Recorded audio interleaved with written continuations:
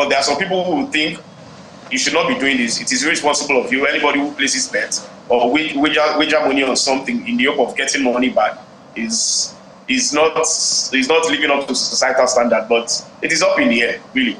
If you hold the cultural view, yes, I will not blame you. But if you want to place bets, it's okay. Once you are above or you have met the legal age requirement for you to place bets, and you are placing bets responsibly, I think that's okay. You know, Mr. Adedeji, I chuckled for a bit when you were talking about underage participating in sports betting. It sounded like you're asking 15 and 16-year-olds to just hold on 2 more years before they can participate. But, you know, that's another part of the conversation that we may never exhaust. I'd like you to speak to the figures that we're getting from the Regulatory Commission. 65 million Nigerians participating in sports betting. That's about a quarter of the population, or more than that.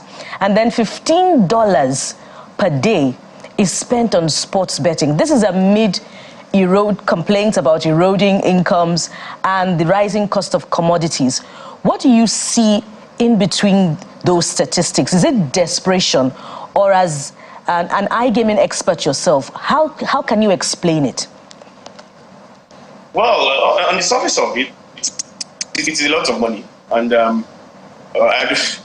don't think we should be placing that amount of money on placing bets. But it is what it is. Like I said, Nigeria has a large population, good football culture, fan culture, sports-loving people, and of course, there are other factors like science and technology. We have internet-enabled phones, internet penetration, and ultimately, the lure of making money quickly, money that you may not make in your entire life. I know people have won millions of naira, 30 million, 60 million, even yesterday somebody won 60 million on Sunday. So there's that lure, and there's the economic woes that we are going through. And sometimes in your head, you think, I just need maybe 500 naira to place a bet, and then if I get lucky, if the stars align for me, I'm working with 16 million naira. But it doesn't always happen like that. In fact, maybe it is 1 in 1,000. I'm not sure of the statistics, but it doesn't always happen like that. But then again, because people see this as a means out of poverty, whether temporarily or permanently, they tend to wager more. Even when they lose, they tend to chase their losses, which is one of the things I would never advise anybody to do. When you lose a bet, you just move on to the next one, and maybe another day you try your luck again, see if you can win.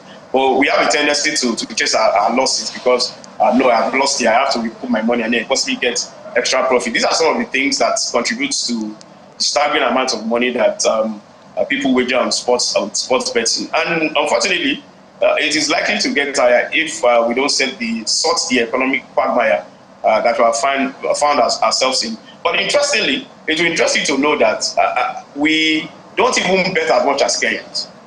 Yes, they don't have the kind of population that we have. I don't have the figures on the money, but I know that it's a pandemic in Kenya now. Almost everybody bets in Kenya, despite the heavy tax regime in Kenya. These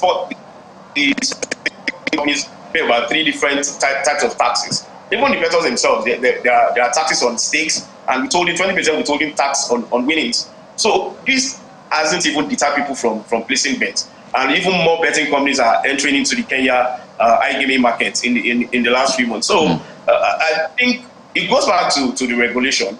I've just given the example of Kenya that has this very, very strict tax regime on the sports betting industry. But more people are betting, more betting companies are coming in. But people are willing to part with their money in hope of winning maybe a lump sum or a financial windfall or something.